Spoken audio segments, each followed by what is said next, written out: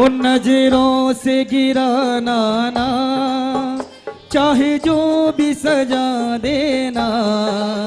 नजरों से गिराना ना, चाहे जो भी सजा देना। तुमने जो हो के दयाल हमारे दुख दूर किए हैं।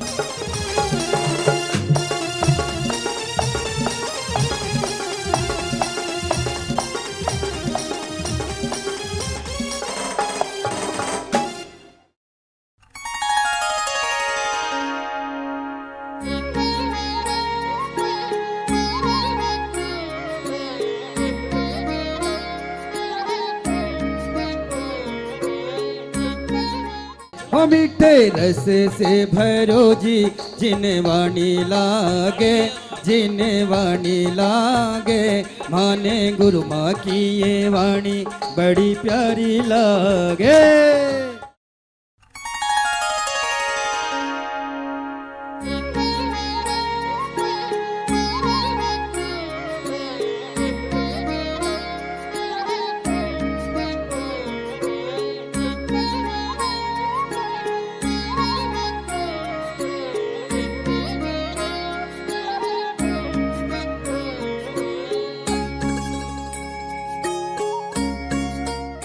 भव्य आत्माओं,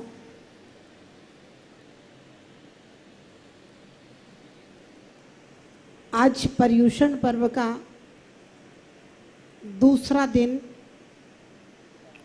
उत्तम मार्दव धर्म का।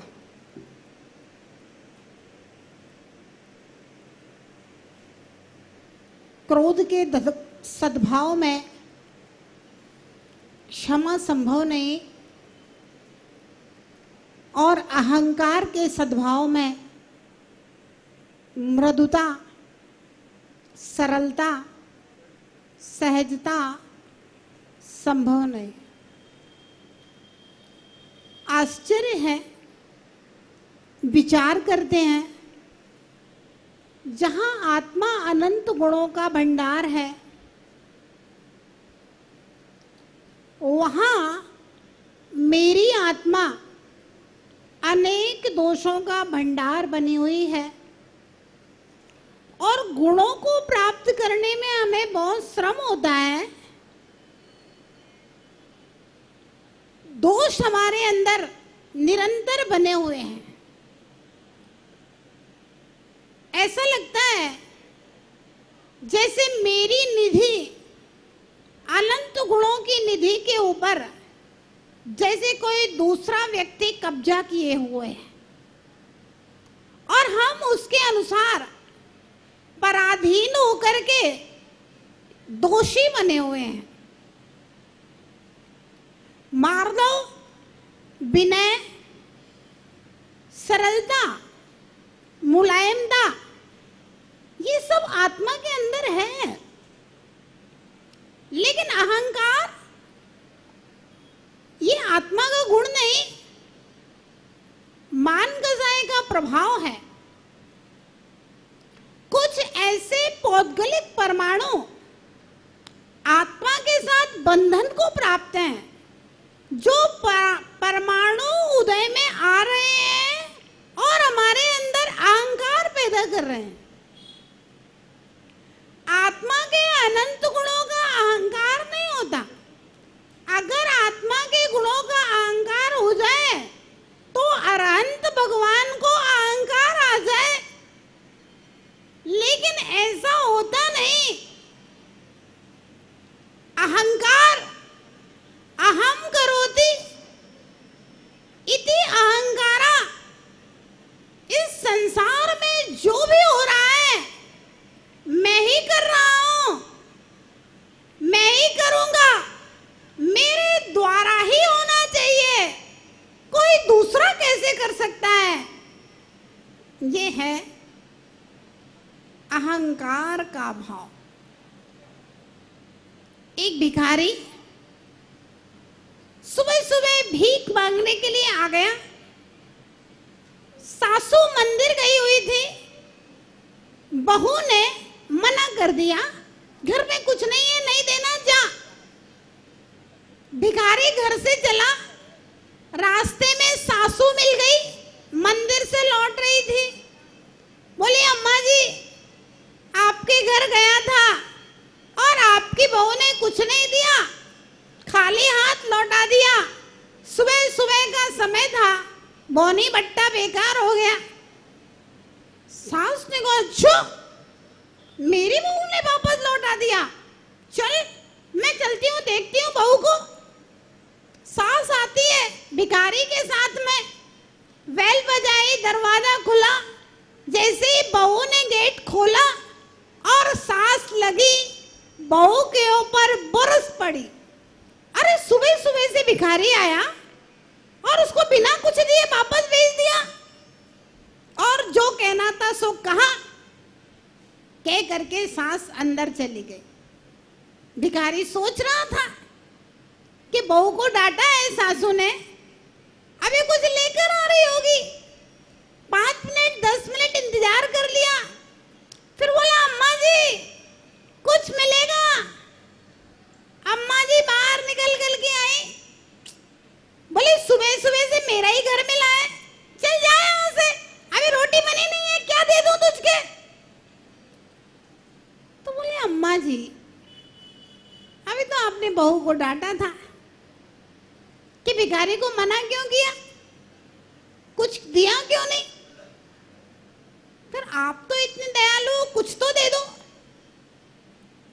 बोले सुनो ये मेरा घर है, मेरा, अगर यहाँ पर भिखारी को मना भी करूंगी तो मैं करूंगी, बहू मना करने वाले कौन है। काम तो वही है, दूसरा नहीं है। लेकिन दूसरे ने कर दिया तो उसमें मेरा विरोध दर्ज है, और वही काम मैं कर रहा हूं तो वो बिल्कुल सही है, राइट है ना। चाहे वो गलत हो सही हो, इससे कोई मतलब नहीं है। इसको कहते हैं अहंकार। जब तक इस इंसान के अंदर फुटबॉल में जैसे हवा भरी रहती है, ऐसे अहंकार की हवा भरी रहेगी, तब तक भैया ठोकरें खाता जाएगा, वह कभी भी गंतव्य को नहीं पहुंच सकता। ठोकरें खाता रहेगा, यहाँ से वहां से वहां, निर्वाण की सिद्धि नहीं हो सकती, भगवान नहीं बन सकता। क्योंकि जब तक अहम का त्याग नहीं होता तब तक अरहम की प्राप्ति नहीं हो। बिना अहम का त्याग किए अरहम तक नहीं पहुंचा जा सकता। भले ही अरहम मेरी अपनी निधि है, मेरे अंतरंग में है, लेकिन फिर भी अहम का त्याग करने के बाद ही अरहम की प्राप्ति होती है। क्योंकि अरहम की प्राप्ति के लिए पहले आपको अरहम के चरणों में झुकना पड़ेगा। अरहम पंच परमेष्ठी भगवान, अरहंत परमात्मा। अहंकारी तो भगवान के चरणों में भी नहीं झुक सकता।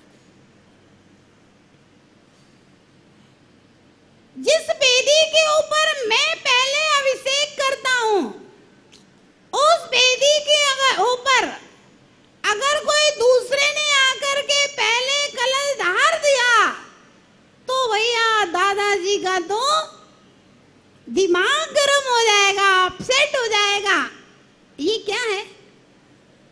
अहंकार क्रोध का जनक है। क्रोध उत्पन्न कहां से होता है भैया? अहंकार से। अहंकार की पूर्ति नहीं हो वहीं पर क्रोध पैदा हो जाता है, और अहंकार की पूर्ति हो जाए तब भी क्रोध पैदा रहता है। तो इस प्रकार से अहम करोति, मैं ही करूंगा, मैं ही करता हूं, मैं ही सर्वस्व हूं, ये जो भावना है ये अहंकार का भाव अंतरंग में है। औकात नहीं है, लेकिन फिर भी अभिमान जब आसमान को छूता है तो आदमी किसी को कुछ नहीं समझता। एक मेढक ने एक हाथी को देखा। देखता है ये इतना बड़ा है और मैं इतना छोटा, क्या करूं? एक साइकिल के पंप वाले की दुकान पर पहुंचता है, बोले आप उनमें हवा भरो। थोड़ी हवा भरी, बोले और भरो, मैं हाथी के बराबर होऊंगा। अब मेढक तो भैया मेढक रहेगा, कितना भी फुला दो वो हाथी हो ही नहीं सकता। बोले और भरो, तो कहा नहीं आप रहने दो, फूट जाओगे। बोला नहीं और भरो हवा, और भरी, और मेढक फूट जाता है, मर जाता है। ध्यान रखना, अहंकारी मर सकता है लेकिन वो शांति से नहीं रह सकता, क्योंकि उसको शांति से रहने की आदत नहीं है। एक कुत्ता जो गाड़ी के नीचे चल रहा था, कहता है कि मैं गाड़ी को चला रहा हूं सामने वाले कुत्ते से। उसने कहा तुम गाड़ी को चला रहे हो? बोले हाँ। बोले फिर गाड़ी को रोक के बताओ। वो कुत्ता रुका, किस्मत से ड्राइवर ने गाड़ी रोकी, गाड़ी रुक गई। बोले देखो मैं गाड़ी चला रहा। कुत्ता देखता है ये तो गड़बड़ काम है। बोले अब फिर से गाड़ी चला के बताओ। बोले चलाता हूँ, और वो चला, किस्मत से ड्राइवर ने गाड़ी शुरू की। कुत्ता कहा देख गाड़ी चालू हो गई। मतलब जो जैसी होनहार है वो होना है। एक कार्य की संपन्न होने में अनेक निमित्त मिलते हैं, एक निमित्त नहीं होता है, लेकिन एक निमित्त कहता है कि मैं ही सर्वस्व हूं। और जब ऐसी स्थिति होती है तो सारे कार्य बिखर जाते हैं, समाज बिखर जाता है, समूह बिखर जाता है, संघ बिखर जाता है। एक कहानी पढ़ी थी हमने बहुत पहले, छोटे थे, स्कूल के किताब में। कहानी का नाम था गुड़िया की फ्रॉक। गुड़िया की फ्रॉक सिली जा रही थी। धागा कहता है कि गुड़िया की फ्रॉक मैं सिल रही हूं, मैं नहीं हूं तो गुड़िया की फ्रॉक ना बने। इतने में सुई कहती है कि गुड़िया की फ्रॉक तो मैं सिल रहा हूं, मैं नहीं हूं तो गुड़िया की फ्रॉक कैसे सिली जाए। इतने में जो हत्था था जिससे फ्रॉक सिली जा रही थी, हत्था कहता है मैं चल रहा हूं इसलिए गुड़िया की फ्रॉक सिली जा रही है, अगर मैं ना चलूं तो गुड़िया की फ्रॉक कैसे सिली जाए। इतने में जो मशीनरी थी वो कहती है कि धागा भी हो, सुई भी हो, हत्था भी चले, मैं ना चलूं तो गुड़िया की फ्रॉक कैसे सिली जाए, मेरे कारण गुड़िया की फ्रॉक सिली जा रही है। इतने में धागे ने कहा मेरे बिना फ्रॉक सिलना संभव नहीं है। सुई ने कहा मेरे बिना संभव नहीं है, हत्थे ने कहा मेरे बिना संभव नहीं है, और मशीन ने कहा मेरे बिना संभव नहीं है। अब सब में आपस में झगड़ा। हत्थे ने चलना बंद किया, मशीन ने चलना बंद किया। धागा पड़ा था, है ना, सुई टूट गई, धागा भी टूट गया वहां से। अब गुड़िया की फ्रॉक सिलना रुक गई। भैया एक फ्रॉक सिलने में धागा भी चाहिए, सुई भी चाहिए, मशीन भी चाहिए, हत्था भी चाहिए, और हत्थे को चलाने वाला भी चाहिए। चलाने वाला ना हो तो भी ना हो काम।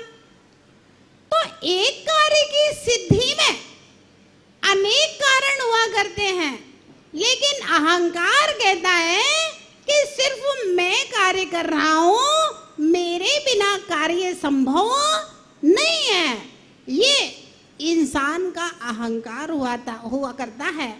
और आचार्य महाराज कहते हैं यह अहंकार एक ऐसा विषवृक्ष है जिसके जीवन में उत्पन्न हो जाता है तो उसके अनेक अनेक गुणों को नाश कर दिया जाता है। और सिद्धांत से मनुष्य तो अहंकार का पुतला है। बच्चा जब जन्म लेता है, मालूम बच्चा जन्म लेके जमीन में गिरता है, रोता क्यों है? इसलिए कि वो बाहर आया है और उसका सम्मान नहीं हुआ, जमीन में गिरा है, रो रहा है, और जैसे ही उसको गोद में उठा लो तो चुप हो जाएगा। थोड़ा और बच्चा अगर गुस्से में माँ बच्चे को दूध पिलाए तो बच्चा कभी दूध नहीं पिएगा, और माँ पुचकारे प्रेम से उसका सम्मान करे तो तुरंत दूध पी लेगा। बच्चा रोएगा, भूखा होगा, लेकिन अगर माँ प्रेम से दूध नहीं पिलाए तो बच्चा दूध नहीं पीता है। अब आप देखिए, थोड़ा और बड़ा हुआ बच्चा, अपने मम्मी पापा को पहचानने लगा, है ना, तो उसको आ जाता है अगर उसकी मम्मी की गोद में कोई दूसरा बच्चा बैठ जाए तो तुरंत रो रो के ये मेरी मम्मी है, मेरी मम्मी है। छोटा सा बच्चा होता है, उसके घर की कोई कुछ चीज ले ले, मेरी चीज है, चलो वापस करो, अहंकार।